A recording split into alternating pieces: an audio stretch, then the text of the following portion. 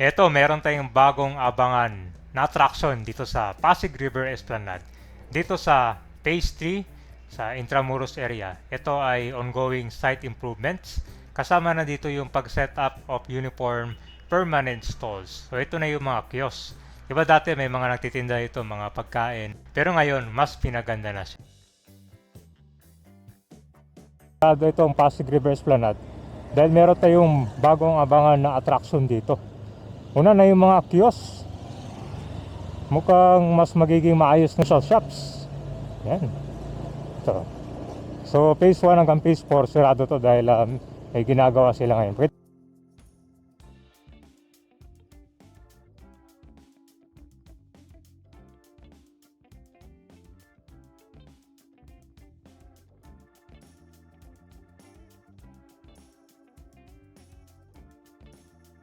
Bagong attraction.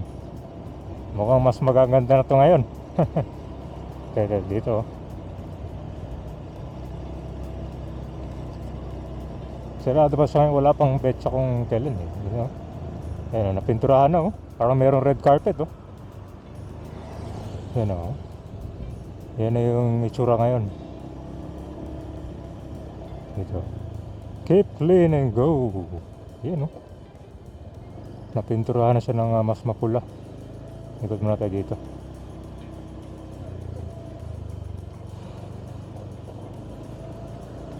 Ayun oh, yun yung kiosk oh. Today sa kabila na pakita ko sa inyo yung itsura niyan.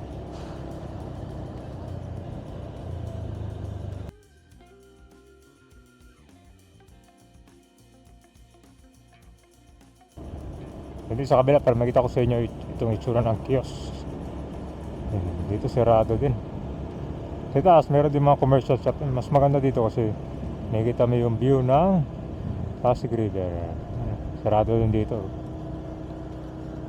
So dito ka lang sa Binondo Intramuros Bridge. Tatanaw mo sa kabila.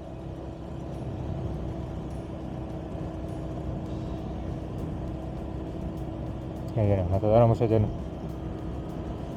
Dito lang sarado. Ganda nitong tulay na to oh.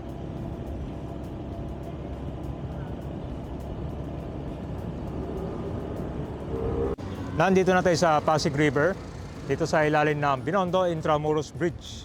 At ito na nga yung bagong abangan natin dito sa Pasig River Esplanade. Ito ang preparation na ginagawa nila para to sa pag-turnover ng kiosk. Pinunturahan nila yung daanan niya, parang red carpet na nga eh. Tapos, full blast na. Yung mga kiosk nandito malapit sa Phase 3 ng Pasig River Esplanade. Yan po yan, no?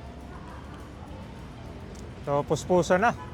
So di ba dati yung mga dyan, yung mga commercial shops, para siyang lang, nakatayo, para nakahilera lang. Pero ito ngayon maganda, mas organized na siya, no? Tingnan mo. Sa may entrance ng Fort Santiago. Hanggang dyan yung nagawa nila o nalagyan ng mga kiosk. Malapit-lapit. So phase 3 dito sa area ng Intramuros. Yan, may yung malapit sa Jones Bridge. Meron namang meron namang commercial shops. Kaya lang, yan yung mga Pero ito maganda, meron ng kiosk. Dito lang malapit oh. Walking distance.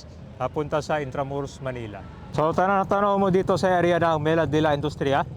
Ito yung papunta ng Intramuros, galing dito sa Binondo, Manila. Kaya yung kulay nyo.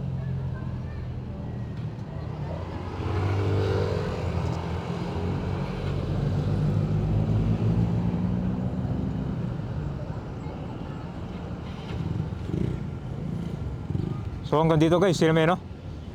Yan yung pinakamalapit niya dito. Sa entrance sa putang Fort Santiago. Kita natin yung ganda nito. Ito yung bike lane sa Binondo Intramuros Bridge.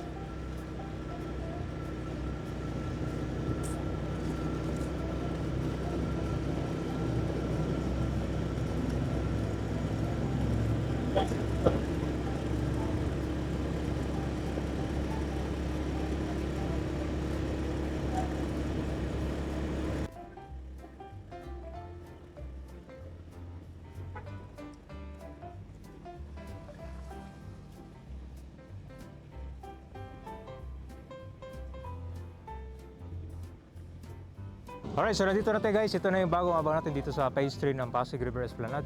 Kaya meron na siyang mala red carpet oh. Ganda. Mas organized na yung, siguro kanyan, mga, yan na yung mga bagong commercial shops na mas maayos na siya ngayon. Oh, ganda na guys. Tuloy dito sa likod, parang 6, tapos ito. Yan, maganda guys, meron na siyang red carpet. Yun ang tama na nga hula ko dito, talagang pipindaruhan doon siya parang red carpet na. Siyempre, para mas magandang tignan. No?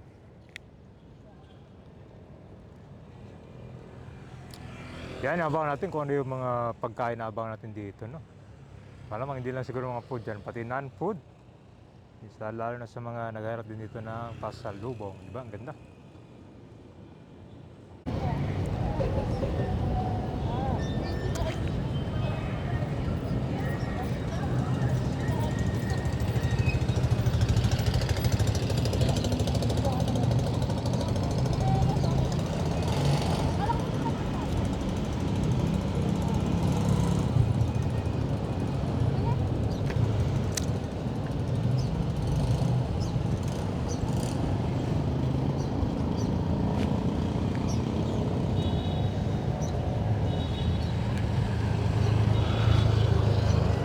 Pedestrian, yan, pagaling naman kayo sa tulay, baba naman to dito. Yan, ano pa kayo meron dito, tinasobos. Hanggang sa baba meron tong red carpet. Yung sa baba ganun din, oh. Ganda, oh. Ano masabi niyo kabayan niyo? Naabangan natin pagbukas po. Yata mga more than 1 week pa siguro bago magbubukas to para sa preparation. Kasi mahaba itong gagawin nila. Pero tignan natin niya, yan yung itsura ng kiosk niya. Ganda yung kulay, no? Parang kulay pura tapos naman brown ba yun? Parang maroon.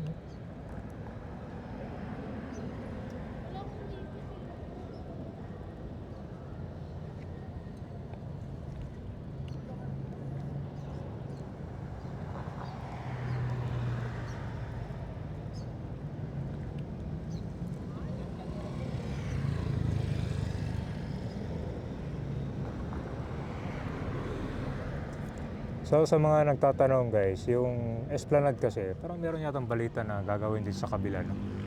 Maganda rin para kuan din, maganda, no? Kasi yung sa kabila guys, lalo na yung Mela de la Industria, nagiging squatter area. Tampakan ng mga kuan yung basura, talagang pangit tignan talaga, lalo na dumalapit sa yung sa Melopez Bridge. Meron ng mga bahay, yan, no? Tinignan namin yan, maganda. Kung tuloy, paikot kasi yung gagawin nila dito eh. Yan na guys. So ganito naman dito sa kabilang side din. Kung ano yun para, meron din siyang red carpet. Pinturado na rin. Ano? Kaso kailan dito, wala ng kiosk. Doon lang sa kabila yung meron. Ayan. So may tinit pa yun, no? Ano bagong abangan dito? Dito naman meron na naka-set up na talaga yun. Parang kwento. Landscape. Diba? Ang ganda. Okay.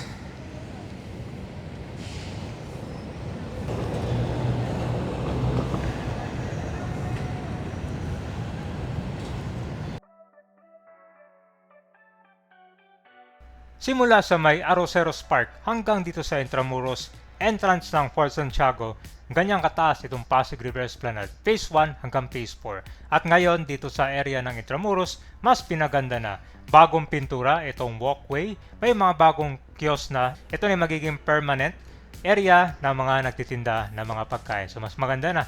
Ano mo sabi niyo kabayan? Siguro mga 7 to 10 days from now, ito yung abangan natin para sa total turnover. Mas maganda na ngayon.